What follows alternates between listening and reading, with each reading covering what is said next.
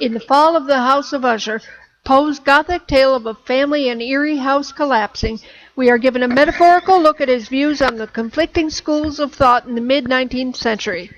The cool, bloodless Enlightenment movement was fading away, to be replaced by the passionate, hedonistic Romanticism movement. Poe viewed the new movement with some suspicion. Through the tale of the Usher's destruction and the deaths of both house and family,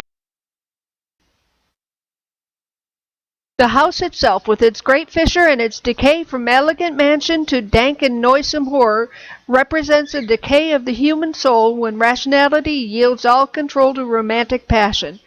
As Timmerman observes, the sinking of the house into the reflecting pool dramatizes the sinking of the rational part of the mind, which has unsuccessfully attempted to maintain some contact with a stable structure of reality outside the self into the nothingness within.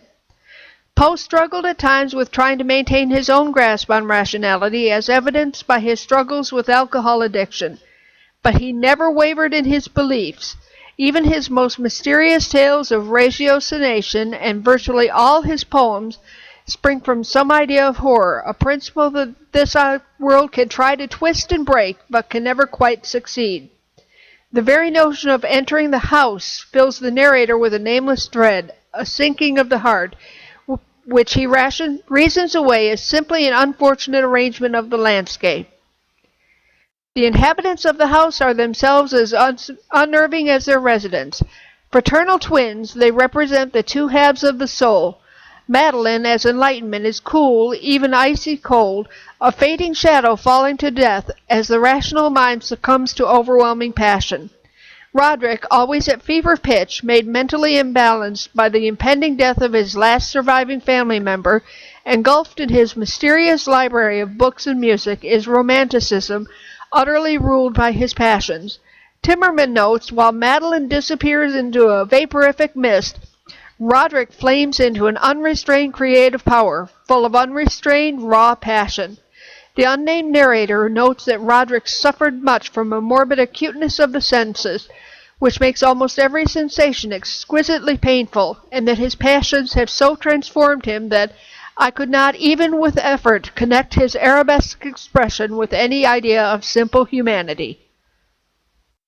I must, Roderick says, abandon life and reason together in some struggle with the grim phantasm fear, and claims that the very house itself, the physique of the gray walls and turrets, has had a deleterious effect on him, both physically and mentally, but that the chief cause of his distress is the terminal illness of his sister, to leave him the last of the ancient race of Ushers. Constrained as she is by her illness, Madeline has already begun drawing apart from Roderick, and when at last she takes to her bed, Timmerman writes, split apart as they are here, Enlightenment thinking becomes all cold, analytic, and detached. Romanticism, on the other hand, blazes into a self-consuming passion. As Enlightenment, in the form of Madeline, pulls away from her other half, Roderick, he flings himself into music and painting, pouring his passions into his work. The narrator observes, if ever mortal painted an idea, that mortal was Roderick Usher. In Poe's mind, the balance between Enlightenment and Romanticism is the work of God, divinely ordained. To disturb this balance is to disturb the balance of the universe itself.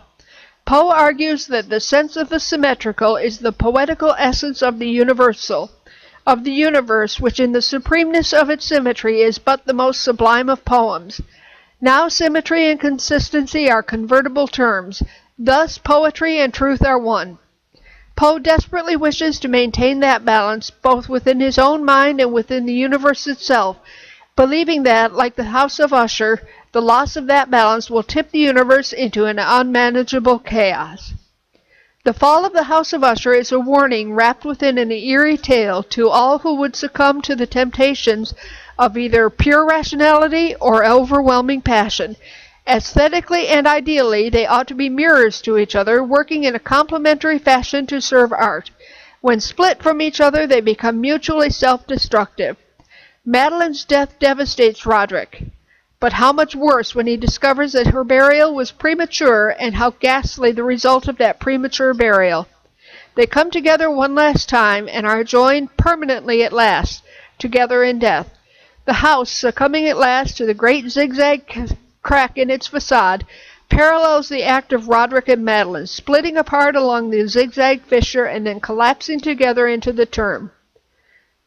To Poe, this splitting apart and then destruction is a chilling projection of the fate of art if balance is not maintained. While giving way to the romantic passions that infuse his own tales, he needed and called for the orderliness of design inherited from the Enlightenment to contain that imagination. Without the two halves of the soul working together, rationality to keep romance in check, and romance to let the mind soar to its highest reach, the human soul, like the Usher's, is doomed to self-destruction.